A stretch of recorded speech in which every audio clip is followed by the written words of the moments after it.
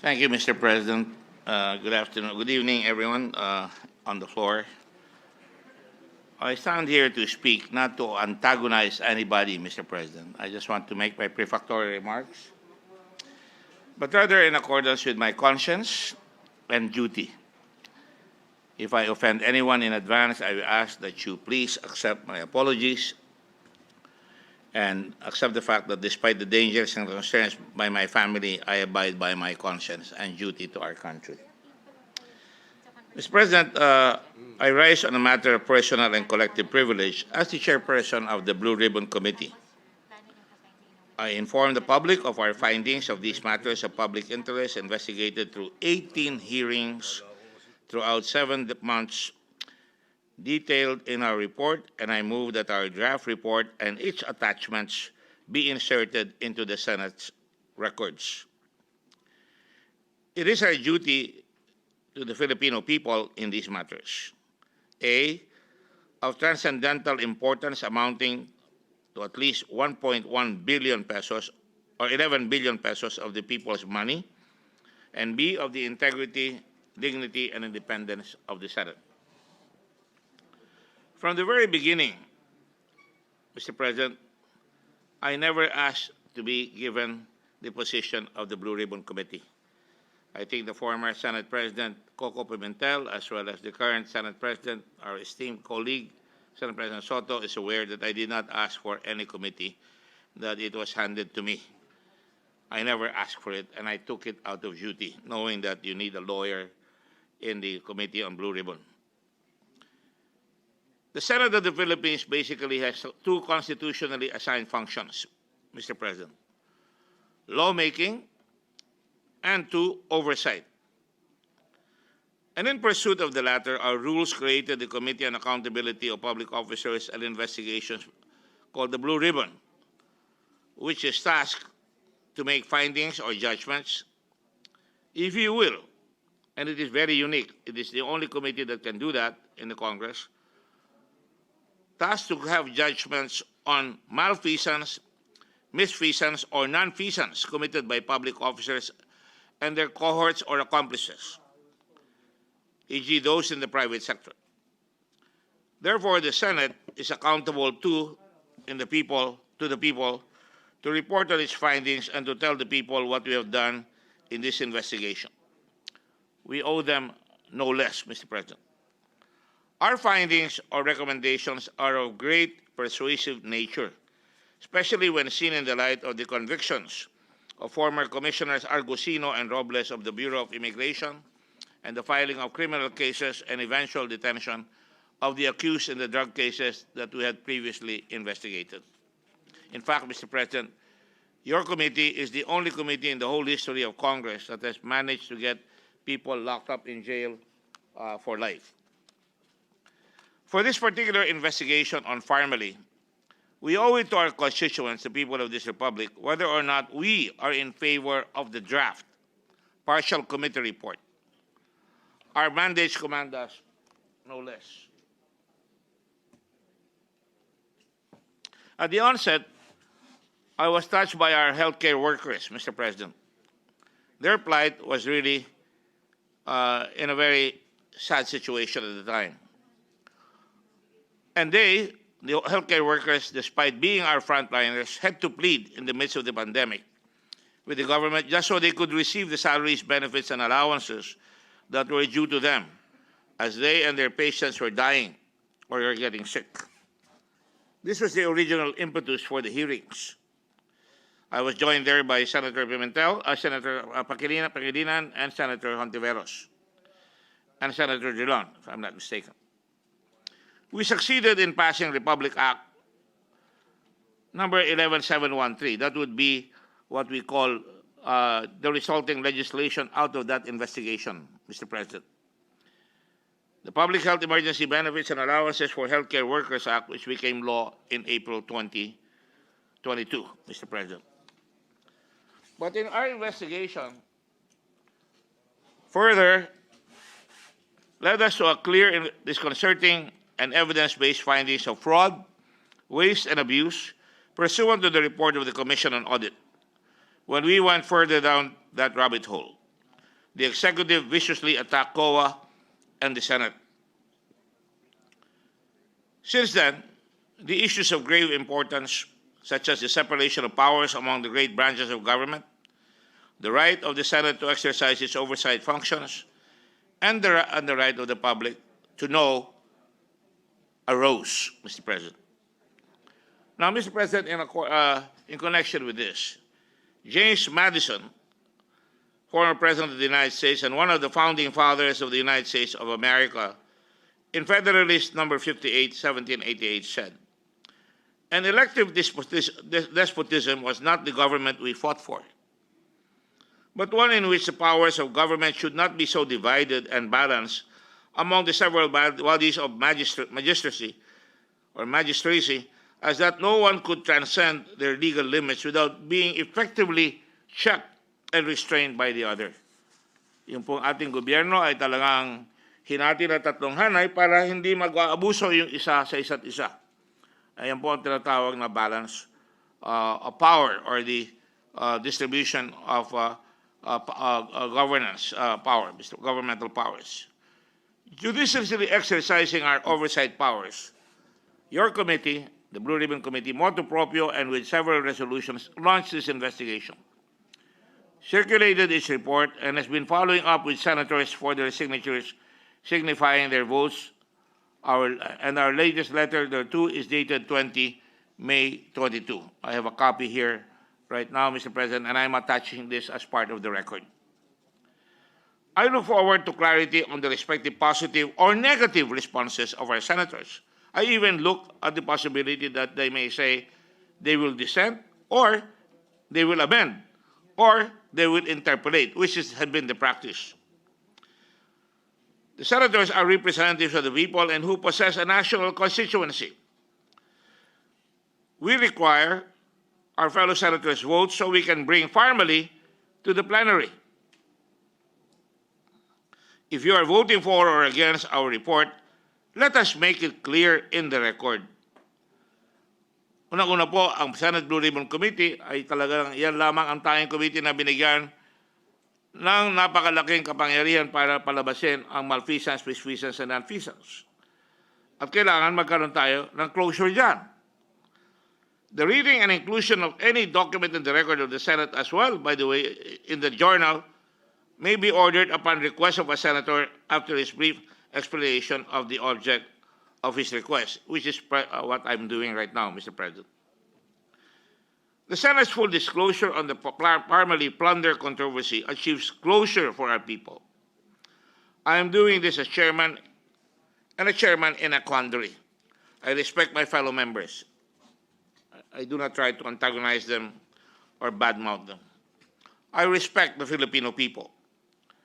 But we cannot shirk from our responsibilities or our duty to act on a committee report by not signing it, either in agreement or disagreement. And by doing so, we bring it to the plenary where it can be debated, Mr. President. Pwedeng pagdebatihan yan. Diyan natin marinig kung ano talaga ang mga naging posisyon natin. The people of this country should not be denied a judgment or at the very least a debate on whether there was malfeasance, misfeasance, or nonfeasance. Hindi natin dapat ipagkait kung paano tayo nakarating dito sa inabot nating desisyon ng Kongreso. Otherwise, why create a committee if we cannot decide? If we cannot even show how we voted, Mr. President? The Blue Ribbon found acts, omissions, and evidence tantamount to violations of law of the Anti-Graft and Corrupt Practices Act and clear malevolent acts of favoritism, leading to prejudice against our people at the most challenging chapter of our nation's history, an international pandemic. Dastardly acts in Pharmally were done with impunity. One of the questions now, therefore, is what must be done with PSDBM, Yusek Lau, Mr. Leong, who is now Deputy Ombudsman, and Mr. Michael Yang, and the others who are part and parcel of this investigation. We recommend prosecution against them based on the unearthed facts and laws. That has been done in the committee report. First among such persons are Michael Yang and Lin Wei Xiong. They are business partners who practically finance and organize the operations of Pharmally. We know Pharmally as a severely undercapitalized corporation. Wala akong sapat na kapital. Sapagkat ang kapital po nila ay 650,000 pesos lamang. And seriously lacking in the requisite legal and technical qualifications. They are really mere agents to secure government contracts worth 11 billion pesos. Makin nyo, napakaswerte naman po nito. Siguro, kahit na sino dito makakapag-raise sa 650,000, ang kailangan lang ay koleksyon para makakuha ng 11 billion pesos of contracts. Ngayon, naghihikaos tayo para makautang at makahiram ng pera para madala natin ang ating bansa sa pagkaayos. These two, Michael Yang and Lin Wei Xiong, had also been in the past implicated in the illegal drug trade. Michael Yang and Lin Wei Xiong are nationals of a country that has seized, occupied, developed, and militarized parts of Philippine territory. They are not citizens of the Philippines. And prevent our fishermen from fishing in our own exclusive economic zone, among other repetitive and continuing illegal and immoral acts of bullying.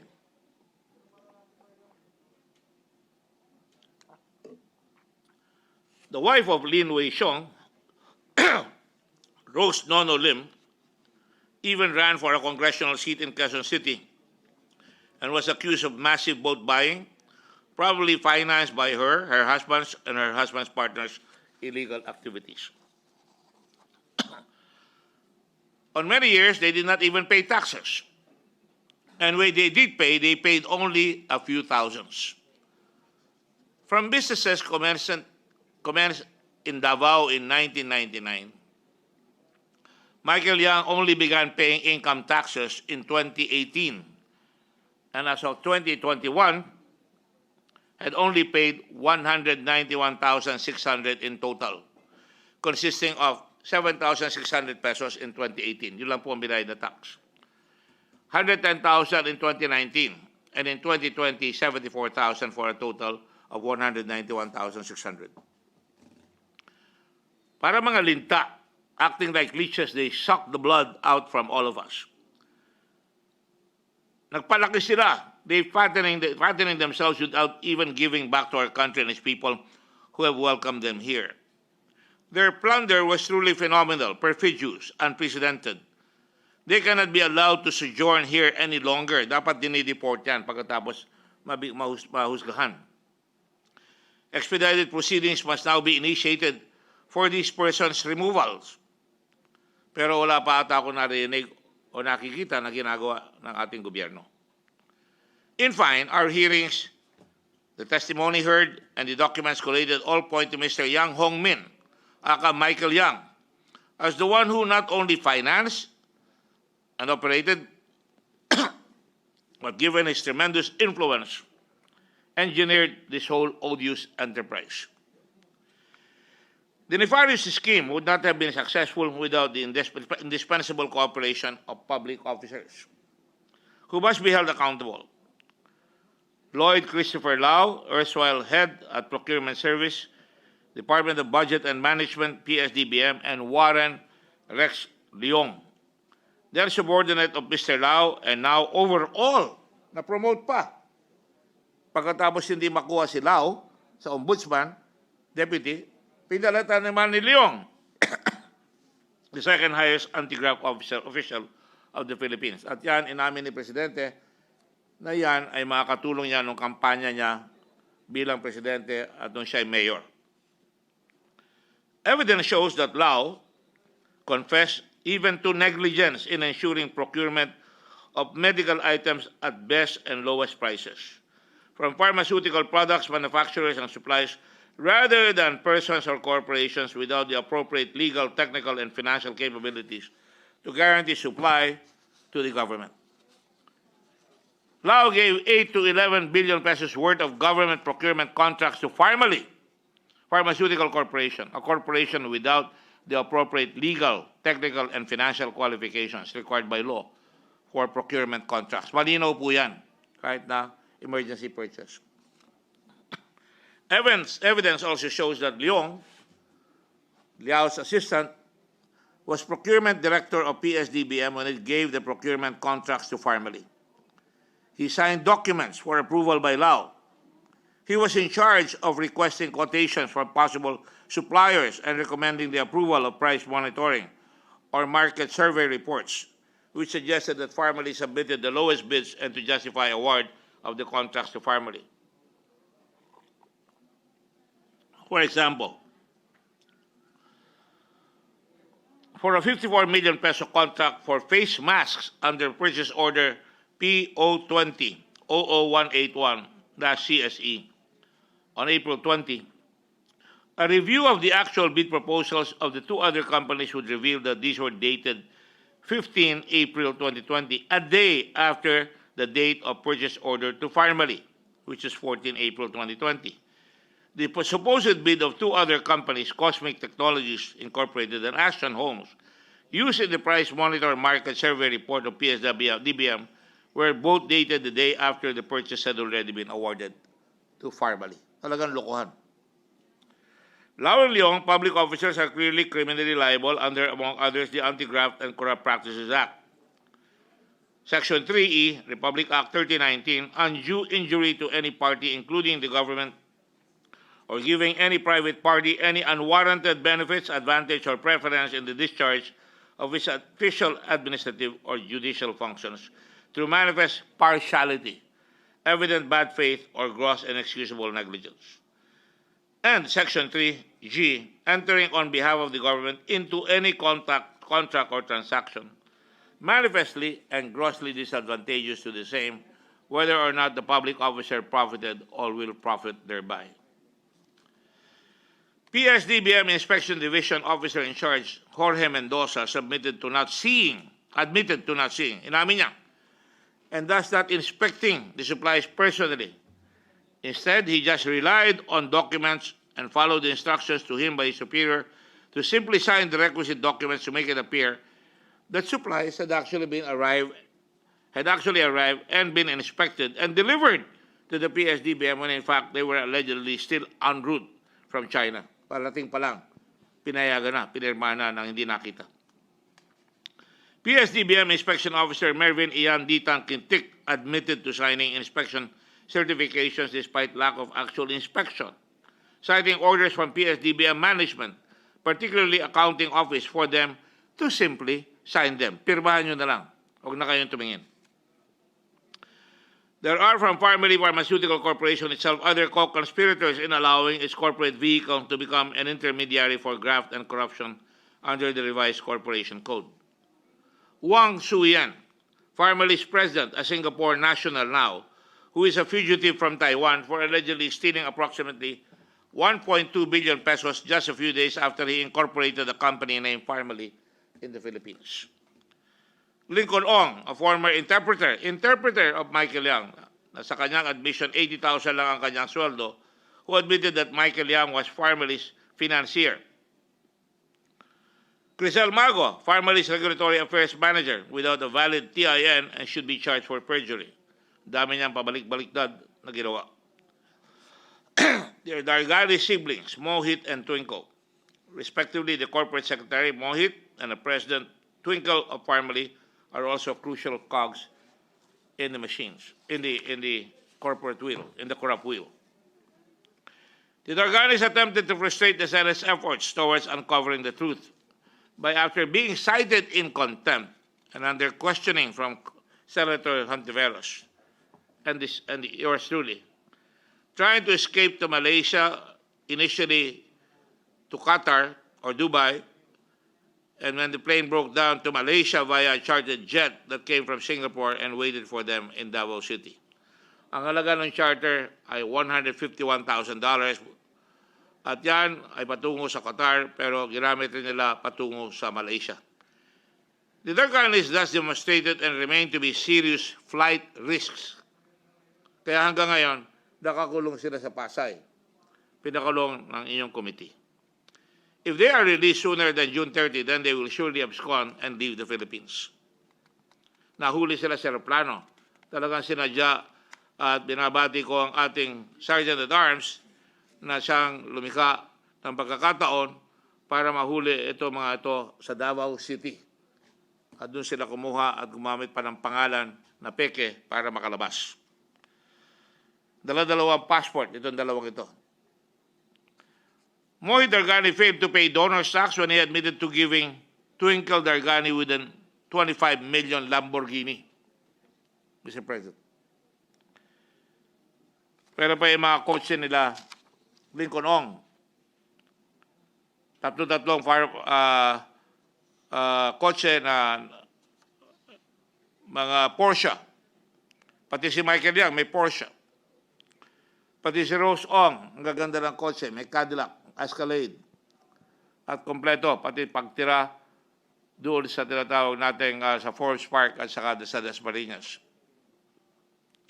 Ayan po yung mga kotse, makikita natin. 13.5 million Porsche Carrera, si Lincoln Ong. This report, therefore, is an assertion of Senate independence. It is an act of the Senate that declares no more impunity. We recommend the investigation and or punishment of those responsible for this rape of our very scarce and needed coffers and needed resources. The rape of our coffers made worse because of the acts were committed at the time of great need and when the survival of our people was in peril, in the middle of a pandemic. Sa gitna ng pandemic, nakuha pa nilang gawin yan. We must exact accountability, particularly from our public servants. And that's why this report has to be signed, Mr. President. Dapat pirmahan. Sa bagat tayo lang naman sa Committee ng Blue Ribbon ang pwede magsabi na may ganyang judgment. We must ensure that none of those responsible go scot-free. Our collective voices through this report can be loud enough to rouse the Ombudsman from apparent slumber or the Department of Justice. What will happen to our country and its people if nothing is done to these malefactors? Anong klaseng bayan tayo? Pinanood ng buong bansa at nakita na talagang gumawa ng katiwalian na napakalaki at kilalang kilala ng kampanya, sila sabi sa akin lahat ng tao yan. Pero ngayon, hindi natin pipirmahan bilang senador. Accountability of public officers pa naman ang pangalan natin. Dapat each senator must be accountable to at least announce his votes or sign whether he's approving or disapproving, assenting or rejecting the report. What will happen to our country's people if nothing is done to these malefactors? Walang closure. Ito na naman tayo. Kasi nasabi, imbestiga na imbestiga, pero wala nangyayari. Pero ito kailangan magkaroon ng conclusion. Never again, we must shout to the highest heavens, never again. The investigation into the Pharmally pandemic plunder was not without difficulty. There were thousands of documents to read, and many more were refused to be handed over. Numerous pieces of testimony to understand and distill. Napakahirap. Madulas yung mga testigo. Lying witnesses or resource persons, and most frustratingly, the executive's public, aggressive, and illegal acts against the Senate that were intentionally designed to prevent the Senate from having free and unimpeded access to testimony, documents, and other evidence crucial to its investigation and to the truth. Up to now, wala pang report yung Customs at saka BIR kung anong ginawa nila dito sa mga hiningi naming galaw nila. It bears emphasis that the executive prevented his cabinet and all executive department officials and employees from attending only our particular Blue Ribbon Committee hearings on Pharmally and the accounting of pandemic funds. Masyado raw mahaba, keso nababastos raw sila, hindi po totoo yan. Yan po ay pawang kasi ng galingan. In fact, tayo pa ang nababastos. Ilang beses nagtataas ang boses si Mr. Lau, lalo na sa ating lady legislator, lo siya tinatanong. Moreover, the executive sought to entirely discredit the investigation and investigators. It was as if the hearings, as if the executive desperately sought to prevent one thing from coming out. And what is that? The truth, yung katotohanan. The executive to COA said on 17 August, sa COA, 17, 2021. Sa umpisa pa lang. Quote, "Stop that flagging. God damn it. You make a report, do not flag, and do not publish it because it will condemn the agency or the person you are flagging. What you are doing is FLOGGING. Period." Close quotes. Same executive to COA said on 27 August 2021, "Huwag kayong maniwala sa mga investigasyon. Investigasyon, kita naman ninyo, walang nangyayari. Pero lang, we will investigate. Puro lang, we will investigate. We will investigate." The executive said it was he who appointed Lau. That is not disputed. To critical posts in the government even before Pharmally, because he trusted the embattled former official who had previously worked with him in his 2016 campaign team and when he was city mayor. Quote, "Anong masama kung nagbayad ako ng utang," said the executive. Close quotes. And with respect to Michael Yang, wala naman si Michael Yang. He has no manufacturing factory. Walang record yan. Hindi kriminal yan. The executive said on 8 September 2021. Sa kabila nito, hindi natin ma-issue in contempt order kay Michael Yang dahil nagtatago at hindi hinuhuli. And again, the executive on 15 September 2021 during his talk to the people screamed, "Anak ka ng P or puta." Sorry, I have to say that. "Bantay ka. Bababuyin talaga kita hanggang mamatay," addressing it to the chairman of the Blue Ribbon Committee. The executive was also fiercely warned me that I quote, I would like to remind Senator Gordon that I will campaign against you." He did not do that. I knew he was going to campaign against me. And that is par for the course. All politicians accept that, Mr. President. I don't take it against him. Kaya lang, lumalabas na talagang medyo natataranta doon sa nangyayari sa committee. Hindi ko maintindihan kung bakit. Wala naman akong sinasabi. This undue interference cannot be allowed to continue, especially in the future. We have a new administration coming over, a new Senate. The authority, powers, and prerogatives of the Senate are constitutionally granted. The Blue Ribbon Committee is invested with power and duty to investigate cases of malfeasance, misfeasance, or nonfeasance committed by public officers. This has been the very basis of our authority for calling the motu proprio investigations on Pharmally. It is our sacred duty to defend the truth, to ferret out the truth, and above all, to defend the Senate as a co-equal branch of government.